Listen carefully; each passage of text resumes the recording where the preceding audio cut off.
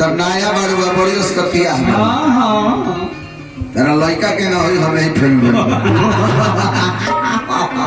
अच्छा मनोज भैया बने तो कोनो चिंता नहीं है डिलीवरी करा दिए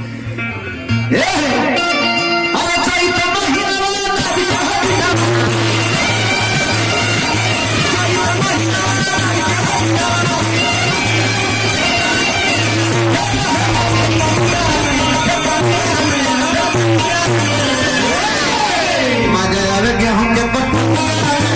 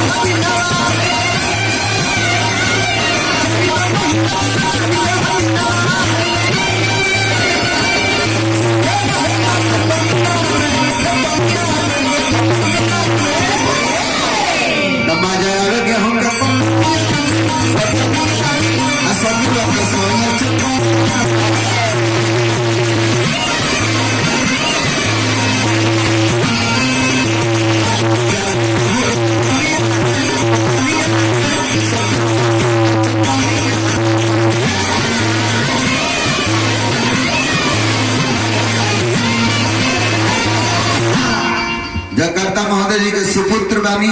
भैया जी के तरफ से हजारों हजार पुरस्कार मिलल बा बन रही अकाली माई के कृपा रहो बन रहो पंकज मेडिकल हॉल के तरफ से बड़े बड़े पुरस्कार मिलो श्रद्धा प्रेम के जय जयकार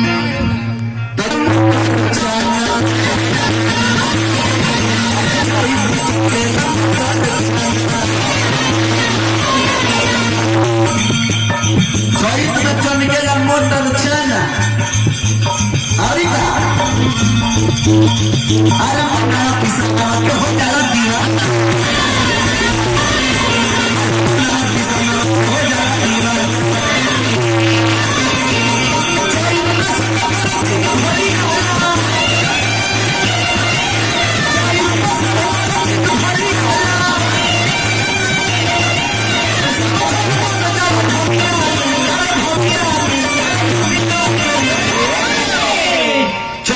सबकर चित फरियाला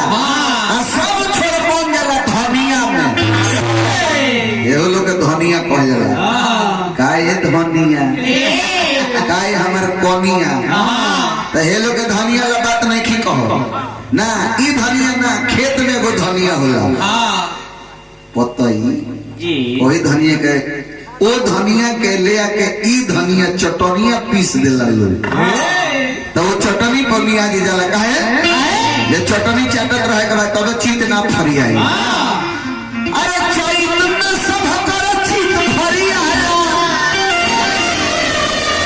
तो सब छोड़ मन जाला तो मजा आवे गेहूं के बटनिया असर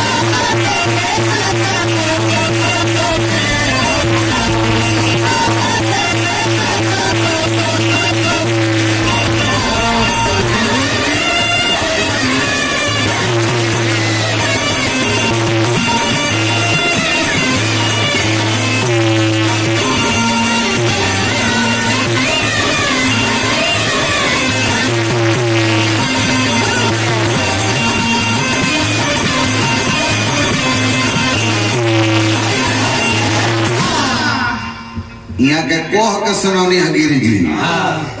कि का खाए के चाहिए का पिए के चाहिए तो यहाँ के कोह के सुनौनी हो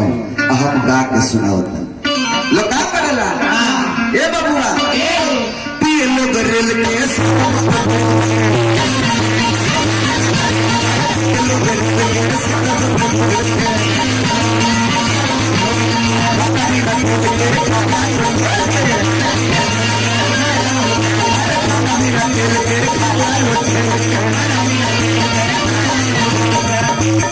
चौथ में तेल वाला खाना ना खाए के चाहिए। बिना तेल मसाला के खाना खाई नियत फ्रेश हो। अरे चौथ महीना में के कहा सुतेला ये हमरा से सुनाई। ए बाबूला घर वाला